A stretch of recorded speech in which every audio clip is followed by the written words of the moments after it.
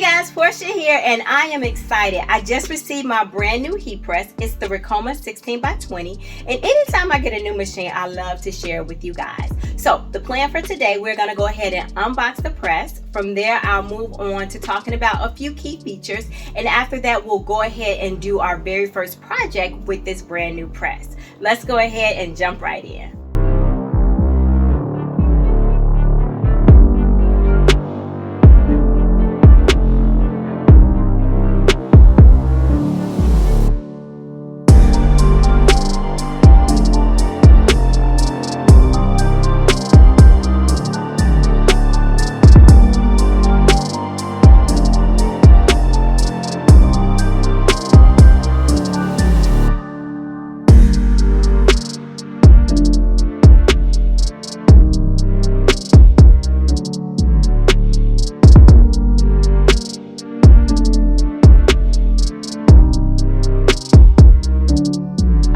Let's take it to the craft room. This is where she is going to live. Now, I do have a couple of notes that I want to share with you guys because there are some features that I want to call out on this machine. Now, first off, we can adjust the pressure with this black knob here. It'll let us raise the platen or lower it, so more or less pressure.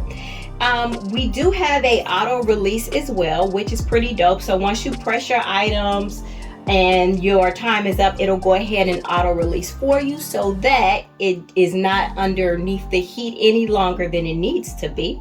Also, we got our slide out platen here, which is pretty cool because you don't have to try to work within this area. This helps to not burn yourself.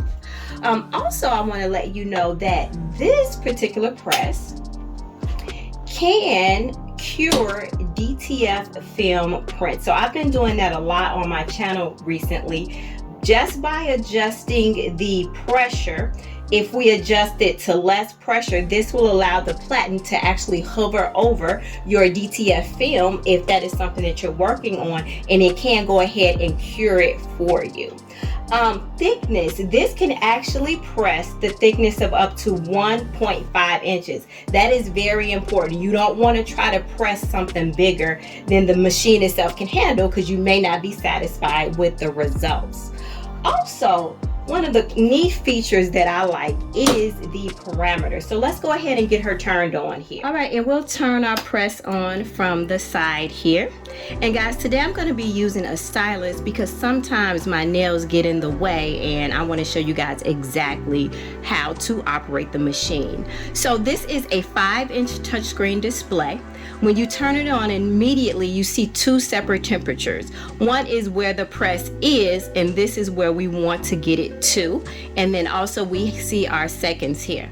Now, once again, I mentioned the feature called parameters.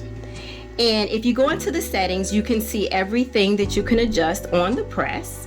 But if we go further into parameters, what this is it allows us to save various settings depending on what we are pressing. So I could select this and it's going to save the current settings. I can add more settings. So if I'm just going to press HTV on a t-shirt, I might say cotton t-shirt.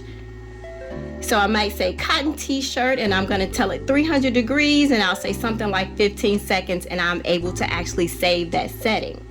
But today I am going to press socks and I've already saved that setting.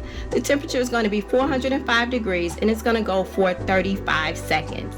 All right guys, let's move right into our first press. Okay, and here are our socks. These are approximately 16 inches, but they look a bit longer because I've already placed my sock jig in here to ensure that we are able to sublimate on them properly.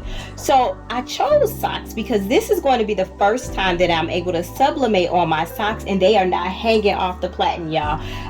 Before, my socks were larger than the press that I had, but today we don't actually have to worry about that.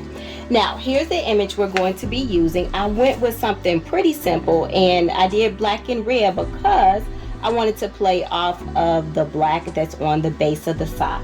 So I'm going to go ahead and get everything taped down and then we'll move on. We are all taped up, nothing too crazy, y'all. Just want to make sure that our pattern completely covered the front side of the sock. So I did make the image a little bit larger. I placed down some parchment paper to collect any blowout that there may be. So let's go ahead and press our first press. And we are all done, guys. So let's go ahead and check it out. Our stripes are looking lovely, I must say.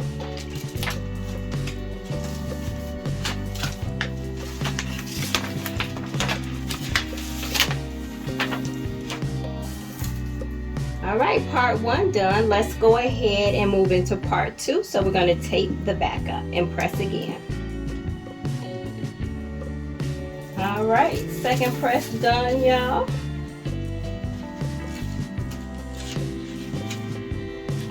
All right, y'all, check it out. Red and black stripes looking good. All right, this is all I have for you today. I just wanted to share with you all my experience with the Ricoma 16x20 press for the very first time.